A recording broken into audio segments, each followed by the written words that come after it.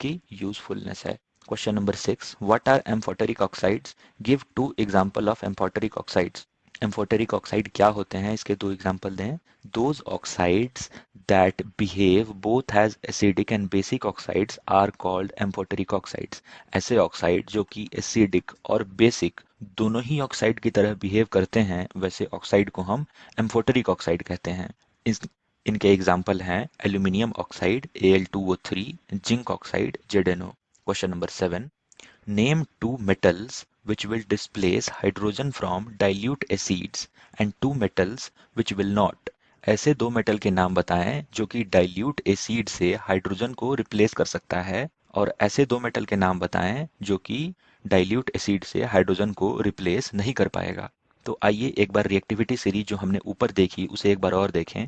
Hydrogen कुछ यहाँ है, तो जो मेटल यहाँ हाइड्रोजन से ऊपर हैं वो उसे उसके डाइल्यूट एसिड से रिप्लेस कर सकते हैं, लेकिन ये जो मेटल हाइड्रोजन के सबसे पास है उसे हाइड्रोजन को डाइल्यूट एसिड से रिप्लेस करने में काफ़ी समय लगेगा, काफ़ी टाइम लगेगा। इसलिए हम किसी ज़्यादा रिएक्टिव मेटल का सहारा लेंगे। एसिड भी डाइल्यूट है, ज़्यादा रिएक्टिव मेटल को लेना बेहतर होगा। और ऐसे कुछ मेटल जो कि हाइड्रोजन को उसके डाइल्यूट एसिड से रिप्लेस नहीं कर पाएंगे, ये वो मेटल हैं जो हाइड्रोजन से कम रिएक्टिव हैं, वो यहाँ हाइड्रोजन से नीचे पाए जाएंगे। Answer, metals that are more reactive than hydrogen displace it from dilute acid। ऐसे metals जो कि हाइड्रोजन से ज़्यादा रिएक्टिव हैं उसे उसके डाइल्यूट एसिड से रिप्लेस कर सकते हैं, डिस्प्लेस कर सकते हैं। For example sodium and potassium, के और Na जो सबसे ऊपर था वो हाइड्रोजन को आसानी से डिस्प्लेस कर देगा उसके डाइल्यूट सॉल्यूशन से। metals that are less reactive than hydrogen do not displace it, for example copper and silver, Cu और Ag। ये मेटल्स हाइड्रोजन के नीचे थे, इसलिए ये उसे उसके डाइल्यूट सॉल्यूशन से डिस्प्लेस नहीं कर सकेंगे। Question number 8, in the electrolytic refining of metal M, what would you take as anode, cathode and the electrolyte. एक कोई मेटल M है, उसका अगर इलेक्ट्रोलिटिक रिफाइनिंग करना है तो आप एनोड किसे बनाएंगे, कैथोड किसे बनाएंगे और इलेक्ट्रोलाइट किसे बनाएंगे। Answer, in the electrolytic refining of M, anode will be the impure metal M। वैसा मेटल जिसकी आपको रिफाइनिंग करनी है उसे आप एनोड बनाएंगे। Cathode will be the thin strip of pure metal M।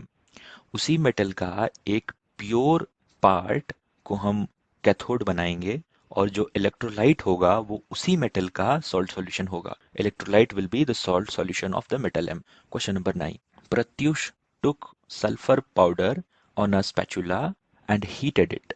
He collected the gas evolved by inverting a test tube over it as shown in figure below। Pratyush ने एक स्पैचुला पे सल्फर पाउडर लिया है और उसे यहाँ heat कर रहा है, और हीट करने के बाद जो गैस निकल रही है उसे इस तरह वो एक इन्वर्टेड टेस्ट ट्यूब में कलेक्ट कर रहा है। ये टेस्ट ट्यूब है, ये स्पैचुला है, ये नीचे हीट के लिए बर्नर है, और यहाँ जो गैस निकल रही है इस टेस्ट ट्यूब में कलेक्ट हो रहा है।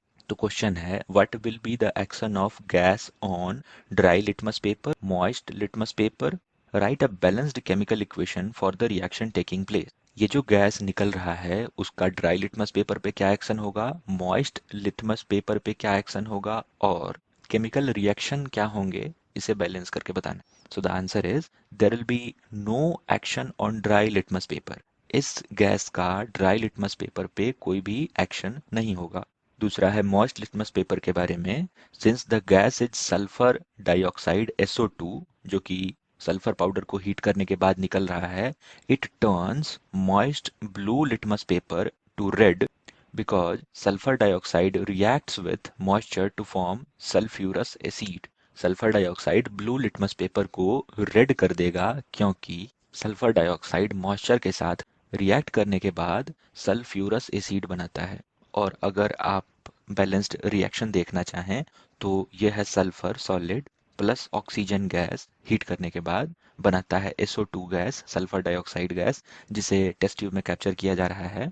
और आगे जब आप मॉइस्ट लिटमस पेपर के साथ रिएक्ट करा रहे हो तो SO2 गैस जो कि निकला हीट करने के बाद, वो रिएक्ट करेगा मॉइस्चर के साथ, H2O लिक्विड के साथ, बनाएगा H2SO3 एक्वस सल्फ्यूरस एसिड, जो कि है आपका क्वेश्चन नंबर 2।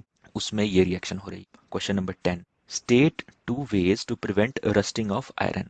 आयरन को रस्टिंग से बचाने के दो तरीके हमने ऊपर के क्वेश्चन में भी देखे हैं, एक बार और देखें। Two ways to prevent the rusting of iron are, पहला है ऑयलिंग, ग्रीजिंग और पेंटिंग, जो हम फ्राइंग पैन में कर रहे थे। बाई अप्लाइंग ऑयल, ग्रीज और paint the surface becomes waterproof and the moisture and oxygen present in the air can not come in direct contact with iron, hence rusting is prevented. जब हम iron के surface पे oil, Greece या paint लगा देते हैं तो जो मेटल का सरफेस है वो मॉइस्चर और ऑक्सीजन के डायरेक्ट कांटेक्ट में नहीं आ पाता, जिस कारण आयरन में रस्टिंग नहीं होती है, क्योंकि ऑक्सीजन और मॉइस्चर जरूरी है आयरन को रस्ट कराने के लिए।